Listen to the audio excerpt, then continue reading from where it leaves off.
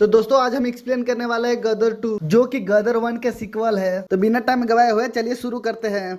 तो दोस्तों गदर 2 की कहानी शुरुआत होती है गदर 1 की रिकैप से। अगर आप गदर एक प्रेम कथा के रिकैप वीडियो देखना चाहते हैं तो लिंक डिस्क्रिप्शन में है। लेकिन इस बार कहानी 1971 के इंडिया और पाकिस्तान के युद्ध से ठीक पहले की है। सकीना के पिता अशरफ अली को तारा सिंह की मदद करने के आरोप में फांसी दे देता है और ये बात सकीना को भी मालूम है। और ये फांसी के पीछे सबसे बड़ा हाथ था हमीद इकबाल का, जो पाकिस्तान का जनरल बन चुका है। वो हिंदुस्तान से बहुत ज्यादा नफरत करता है और उससे कई ज्यादा तारा सिंह से। जिसके बाद सीन पठानकोट में शिफ्ट होता है, जहाँ पर हम सनी पाजी मतलब कि तारा सिंह को देख पाते हैं। तारा सिंह अब अपने ट्रक से आर्मी को कुछ सामान ले जाने और ले आने की काम करते हैं। इसी बीच तारा सिंह को कर्नल रावत बुलाते हैं और वो तारा सिंह से कहता है इस बार जंग आसान हो जा रहा है। उन्हें ऐसा लगता है कि इस बार जंग होकर के ही रहेगी और इसलिए वो पहले से ही तैयार रहना चाहते हैं। इसलिए वो तारा सिंह से गुजारिश करते हैं कि उन्हें बहुत सारी ट्रकों की जरूरत पड़ सकती है और तारा सिंह उन्हें कहता है कि वो हिंदुस्तान के लिए हमेशा तैयार रहेगा। उसके बाद तारा सिंह के घर का सीन दिखाया जाता है, जहाँ हम तारा सिंह की पूरी फैमिली को देख पाते हैं, जहाँ पर उनकी पत्नी सकीना और उनका बेटा चीते है। चीते के पढ़ाई में बिल्कुल भी मन नहीं लगता है, उससे तो एक एक्टर बनना है। लेकिन तारा सिंह ये नहीं चाहता कि वो एक्टर बने, बल्कि वो तो चाहते उसका बेटा पढ़ाई करके अफसर बने। और चीते बाइक का भी डिमांड करते हैं, लेकिन तारा सिंह साफ मना कर देता है, जिसके बाद चीते नाराज हो जाता है और उनसे बात नहीं करता है, जिसकी वजह से तारा सिंह को बहुत बुरा लगता है। तो वो एक दिन उसके जन्मदिन पर उन्हें एक बाइक गिफ्ट कर देता है, इसे देखकर चीते बहुत खुश हो जाता है। अब कुछ दिनों बाद तारा सिंह चीते को समझाता है। वो उसे कहता है कि मैं नहीं चाहता कि तुम एक ड्राइवर बनो। और सकीना वो अपने बेटे के बहुत ज्यादा प्यार करते हैं, वो अपने बेटे के लिए हर मनोकामना पूरी करते हैं। वो बात कर ही रहे थे तभी कर्नल रावत के तारा सिंह के पास कॉल आता है। कर्नल रावत तारा सिंह को बताते हैं दुश्मनों ने हमारे ऊपर हमला कर दिया है और बहुत तेजों से आगे बढ़ रहे हैं। आगे जो हमारे सोल्जर है उसके बारूद भी खत्म होने वाले हैं। तुम्हें ट्रक को द्वारा बारूद को उस सोल्जर लंग पहुंचाना है। लेकिन एक सोल्जर को तारा सिंह के ऊपर डाउट था, आखिर तारा सिंह यह काम कर पाएगा या नहीं। तारा सिंह उन्हें कहता है कि अब दुश्मनों से पूछो कि तारा सिंह कौन है। तारा सिंह अपने साथियों के साथ मिलकर ट्रक के द्वारा सोल्जर तक अपना बारूद पहुंचाने लगता है। लेकिन यहाँ पर दुश्मनों ने उस ट्रक को रोकने की कोशिश भी करता है। इसी वजह से कई सारे ट्रक जो है सोल्जर तक नहीं पहुंच पाते। लेकिन तारा सिंह का ट्रक जो है वो सोल्जर तक पहुंच जाता है और उन्हें असला बारूद डिलीवर करता है और साथ ही इस जंग में हिस्सा भी लेता है। तारा सिंह देखता है कि दुश्मनों ने हमारे सोल्जर के ऊपर पूरी तरह से हावी है। तारा सिंह उस दुश्मनों के ऊपर भूखे शेर की तरह टूट पड़ता है और उन सभी लोगों को बेरहमी से मार देता है और इस तरह से हमारे सोल्जर आगे बढ़ने लगते हैं। लेकिन दरअसल पाकिस्तानी की चाल थी, जैसे हमारे सोल्जर आगे बढ़ने लगते हैं तो हमारे ऊपर जोरदार हमला करते हैं, जिस वजह से ढेर सारे सैनिक मारे जाते हैं और जो तारा सिंह के साथ गए थे उनमें से कई सारे लोग मारे जाते हैं। जिसके बाद मालूम चलता है कि हमले के दौरान तारा सिंह के साथ उनके कई साथियों को बंधक बना लिया गया है। बहुत दिनों तक जांच पड़ताल होने के बाद भी ये मालूम नहीं चल रहा था कि आखिर तारा सिंह और उसके साथी कहाँ पे है। लेकिन कुछ जांच पड़ताल के बाद मालूम चलता है कि तारा सिंह और उनके साथी पाकिस्तान की लगभग जेल में बंद है। ये बात सकीना और चीते का मालूम चलता है तो बहुत ज्यादा बुरा हाल हो गया था, क्योंकि उन्होंने कभी सोचे नहीं थी कि एक दिन तारा सिंह पाकिस्तान की ऐसी जेल में बंद हो जाएगा जहाँ से उनका वापस आने के कोई चांस नहीं है। लेकिन जीते अपनी माँ को इस तरीके से देखना नहीं चाहता था, इसलिए वो डिसाइड करता है कि वो पाकिस्तान से अपने पिता को वापस लेके जरूर आएगा। इसीलिए अपनी माँ के पास एक चिट्ठी छोड़ देता है और तुरंत नकली वीजा और पासपोर्ट बना के पाकिस्तान दाखिल हो जाता है। चीते पाकिस्तान में इंटर होने के बाद सबसे पहले गुलूस मिलता है, जो कि तारा सिंह के बहुत ही अच्छा दोस्त था। इसी के द्वारा चीते को मालूम चलता है कि तारा सिंह जो अपने साथियों के साथ कोट लगभग जेल में थे और वहाँ पहुँचने के लिए सिर्फ एक रास्ता है, वहाँ रोज बिरयानी जाती है और अगर तुम बिरयानी वाले को जब ले लो तो तुम वहाँ आसानी से पहुँच सकता है। लेकिन उससे पहले मुस्कान नाम की लड़की को पटाना होगा, क्योंकि मुस्कान ही ऐसी लड़की है जो बिरयानी बनाने वाले सबकी जॉब देता है। जो भी सबसे अच्छी बिरयानी बनाता है वही इस जॉब को हकदार होता है। मुस्कान को फिल्म देखने का बहुत शौक है और उसका फेवरेट राजेश खन्ना है। ये बात चीते को मालूम चल जाती है और मुस्कान के करीब आता है और इसे फिल्मों की तरह पटाता है। मुस्कान को कहीं न कहीं चीते पसंद आने लगा था, लेकिन एक दिन बाद चीते की सच्चाई मालूम चल जाती है। लेकिन चीते तभी मुस्कान को सब कुछ सच बता देता है। वो उसे बताता है कि वो आतंकवादी नहीं है, बस अपने पिता को छुड़ाने के लिए आए हैं। मुस्कान को चीते से प्यार हो गया था, मुस्कान भी चीते के साथ दे रही है। कुछ दिन बाद ईद थी और सभी कैदियों को वापस लेकर सेवैया खिलाई जा रही थी। हमीद इकबाल सभी कैदियों को वापस ले आता है, लेकिन यहाँ कैदियों में तारा सिंह नहीं होता है। यह देखकर चीते को बहुत अजीब लगा। तभी उसे मालूम चलता है एक कैदी है जो अंडर जेल में है, क्योंकि वो बहुत उत्पात मचा रहा था। लेकिन चीते उस जेल में पहुंच तो जाता है, लेकिन चीते को वहाँ मालूम चलता है उस जेल में तारा सिंह नहीं बल्कि कोई और है। लेकिन इसी चक्कर में चीते उन लोगों के हाथ पकड़ा जाता है। अमित इकबाल चीते को बहुत बुरी तरीके से मारता है, लेकिन यहाँ पे कहता है अब तू मरेगा और तेरा बाप भी मरेगा। अमित इकबाल चीते को बताता है कि तेरा बाप यहाँ नहीं है, लेकिन तेरा बाप होने के कारण उसे तो यहाँ आना ही होगा। लेकिन चीते कहता है कि दुआ कर कि मेरे बाप यहाँ पे ना आए, अगर वो आ गया ना, अगर मुझे इस हालत में देख लिया, वो तुम्हें इतने चित्रे करेगा, इतने चित्रे करेगा कि पूरा पाकिस्तान नहीं गिन पाएगा। जिसके बाद सीन शिफ्ट होता है पठानकोट में, जहाँ पर सकीना जो है तारा सिंह की तरफ दौड़ रही थी, जहाँ पर हमें मालूम चलता है कि तारा सिंह वापस आ चुका है। और तारा सिंह बताता है जंग के दौरान वो दुश्मनों के हाथ नहीं पकड़ाया था, बल्कि वो तो बेहोशी के हालत में नदी से कहीं दूर निकल गया था। वहाँ के कुछ लोगों ने हॉस्पिटल ले गया, लेकिन बहुत दिन तक कोमा में रहा, तो उसे होश आया तो वो यहाँ पे आ गया। जिसके बाद तारा सिंह सकीना के द्वारा मालूम चलता है कि जीता पाकिस्तान में है। सकीना यहाँ तारा सिंह को सब कुछ बता देता है, और ये सुनने के बाद तारा सिंह पूरी तरीके से बौखला जाता है। उसे मालूम है कि वहाँ के लोग किस तरीके से बर्ताव करेंगे, तो तारा सिंह डिसाइड करता है कि वो अपने बेटे चीते को पाकिस्तान से लेकर जरूर आएगा, और अगले दिन अपने सफर की तरफ निकल जाता है। और कुछ समय बाद तारा सिंह जो है वो लाहौर में पहुंच जाता है। जब तारा सिंह लाहौर पहुंचता है तो देखता है कि यहाँ अलग ही तरह का माहौल बना हुआ है। यहाँ पे हिंदुस्तान मुर्दाबाद के नारे लगाए जा रहे थे।